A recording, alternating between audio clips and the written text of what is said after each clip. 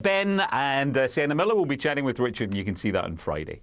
Just to establish, Ross, sorry, she's won 3 Oscars.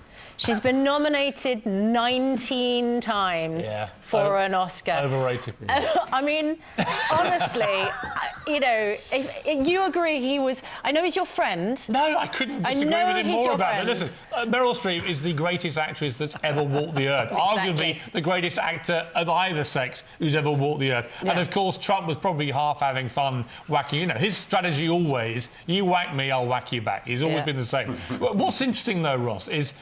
following the way that Hillary Clinton had all this massive celebrity support and then lost, you know, watching Barack Obama have them all trotting up to the White House for his endless farewell parties and so on, you know, there's a real kind of disconnect, isn't there, between Trump and his followers who look at Hollywood as something really sort of out of touch, elitist, and remote pampered from their lives, and the kind of Hollywood crowd who still wish Hillary had won. It's really interesting how this is playing out, because I think the more people like Meryl Streep whack Trump, actually the stronger his support gets with middle America.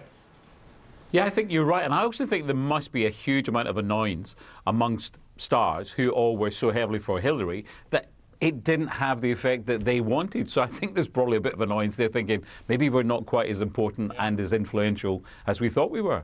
Yeah. It's very interesting. You know, it's Mark Wahlberg, the actor. Yeah. Good guy, very successful actor. Said recently, all actors should stay out of politics, because he said Hollywood basically lives in its own bubble.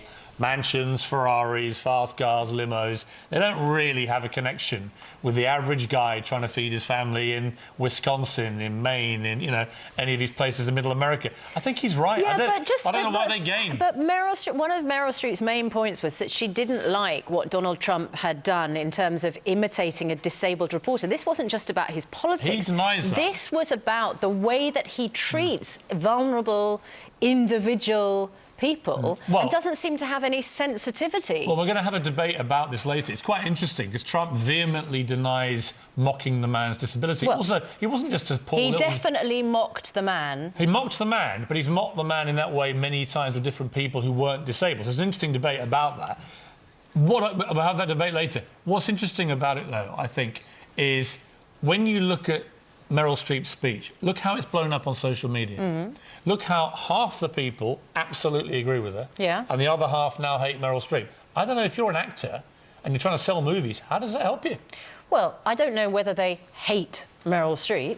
They might have not liked what she said about Donald Trump. A lot of them very vehement yesterday about it. I think it's a strange thing that actors think they should be lecturing the world about politics. Is there only television presenters who are allowed to do that? We're allowed to. We're news journalists. We don't have to comment on news.